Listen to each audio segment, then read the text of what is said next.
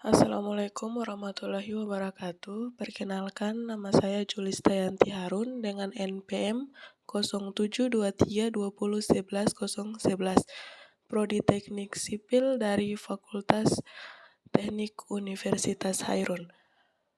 Di sini saya akan menjelaskan tentang sistem air limbah. Yang pertama yang akan saya bahas yaitu apa itu sistem air limbah. Sistem pengolahan limbah adalah infrastruktur yang dibangun khusus untuk menangani, menyalurkan, dan mengelola limbah atau limpahan air hujan agar dapat dikembalikan dan diterima oleh lingkungan sehingga tidak membahayakan atau relatif aman. Tujuan pengolahan air limbah. Tujuan utama pengolahan air limbah ialah untuk mengurai kandungan bahan pencemar di dalam air, terutama senyawa organik, padatan tersuspensi, mikroba patogen, dan senyawa organik yang tidak dapat diuraikan oleh mikroorganisme yang terdapat di alam. Sistem IPAL atau Instalasi Pengolahan Air Limbah Komunal. Instalasi pengolahan air limbah atau IPAL komunal merupakan sistem pengolahan air limbah yang dilakukan secara terpusat, yaitu terdapat bangunan yang digunakan untuk memproses limbah cair domestik yang difungsikan secara komunal, digunakan oleh sekelompok rumah tangga agar lebih aman pada saat dibuang ke lingkungan, sesuai dengan baku mutu lingkungan. Limbah cair dari rumah penduduk dialirkan ke bangunan bak tampungan IPAL melalui jaringan pipa. Sistem ini dilakukan untuk menangani limbah domestik pada wilayah yang tidak memungkinkan untuk dilayani oleh sistem terpusat ataupun secara individual. Penanganan dilakukan pada sebagian wilayah dari suatu kota, di mana setiap rumah tangga yang mempunyai fasilitas MCK pribadi menghubungkan saluran pembuangan ke dalam sistem perpipaan air limbah untuk dialirkan menuju instalasi pengolahan limbah komunal. Selanjutnya saya akan membahas tentang air limbah domestik. Limbah cair rumah tangga atau domestik adalah air buangan yang berasal dari penggunaan untuk kebersihan, yaitu gabungan limbah dapur, kamar mandi, toilet, cucian, dan sebagainya. Komposisi limbah cair rata-rata mengandung bahan organik dan senyawa mineral yang berasal dari sisa makanan, urin, dan sabun. Sebagian limbah rumah tangga terbentuk suspensi, lainnya dalam bentuk bahan terlarut. Limbah cair ini dapat dibagi dua, yaitu yang pertama limbah cair kakus yang umum disebut black water. Black water oleh sebagian penduduk dibuang melalui septic tank, namun sebagian dibuang langsung ke sungai. Dua, limbah cair dari mandi dan cuci yang disebut grey water. Grey water hampir seluruhnya dibuang ke sungai melalui saluran. Perkembangan penduduk kota-kota besar semakin meningkat pesat seiring dengan pesatnya laju pembangunan sehingga jumlah limbah domestik yang dihasilkan juga semakin besar. Sedangkan daya dukung sungai atau badan air penerima limbah domestik yang ada justru cenderung menurun, dilihat dari terus menurunnya debit sungai tersebut. Selanjutnya, saya akan membahas tentang sistem penyaluran air limbah. Yang pertama yaitu sistem sanitasi setempat atau on-site sanitation adalah sistem pembuangan air limbah di mana air limbah tidak dikumpulkan serta disalurkan ke dalam suatu jaringan saluran yang akan membawanya ke suatu tempat pengolahan air buangan atau badan air penerima, melainkan dibuang di tempat.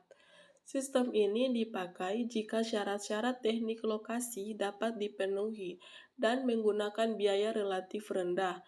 Sistem ini sudah umum karena telah banyak dipergunakan di Indonesia. Selanjutnya, saya akan membahas tentang kelebihan sistem sanitasi setempat atau on-site sanitation. Kelebihan yang pertama yaitu biaya pembuatan relatif murah. Kelebihan yang kedua bisa dibuat oleh setiap sektor ataupun pribadi. Dan kelebihan yang ketiga, teknologi dan sistem pembuangannya cukup sederhana. Dan kelebihan yang keempat, operasi dan pemeliharaan merupakan tanggung jawab pribadi. Selanjutnya saya akan membahas tentang sistem sanitasi terpusat. Sistem sanitasi terpusat atau off-site sanitation yaitu merupakan sistem pembuangan air buangan rumah tangga, mandi, cuci, dapur, dan limbah kotoran yang disalurkan keluar dari lokasi pekarangan masing-masing rumah ke saluran pengumpul air buangan dan selanjutnya disalurkan secara terpusat ke bangunan pengolahan air buangan sebelum dibuang ke badan perairan. Selanjutnya, teknologi pengolahan IPAL komunal. Yang pertama, anaerobic buffer reactor atau ABR.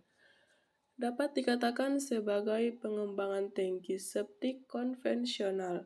ABR terdiri dari kompartemen pengendap yang diikuti oleh beberapa reaktor baffle. Baffle ini digunakan untuk mengarahkan aliran air ke atas atau upflow melalui beberapa seri reaktor selimut lumpur. Konfigurasi ini memberikan waktu kontak yang lebih lama antara biomasa anaerobik dengan air limbah sehingga akan meningkatkan kinerja pengolahan. Dari setiap kompartemen tersebut akan menghasilkan gas. Selanjutnya, teknologi sanitasi ini dirancang menggunakan beberapa baffle vertikal yang akan memaksa air limbah mengalir ke atas melalui media lumpur aktif.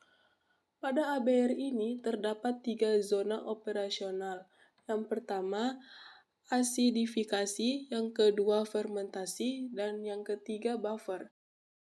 Zona asidifikasi terjadi pada kompartemen pertama di mana nilai pH akan menurun karena terbentuknya asam lemak volatil dan setelahnya akan meningkat lagi karena meningkatnya kapasitas buffer.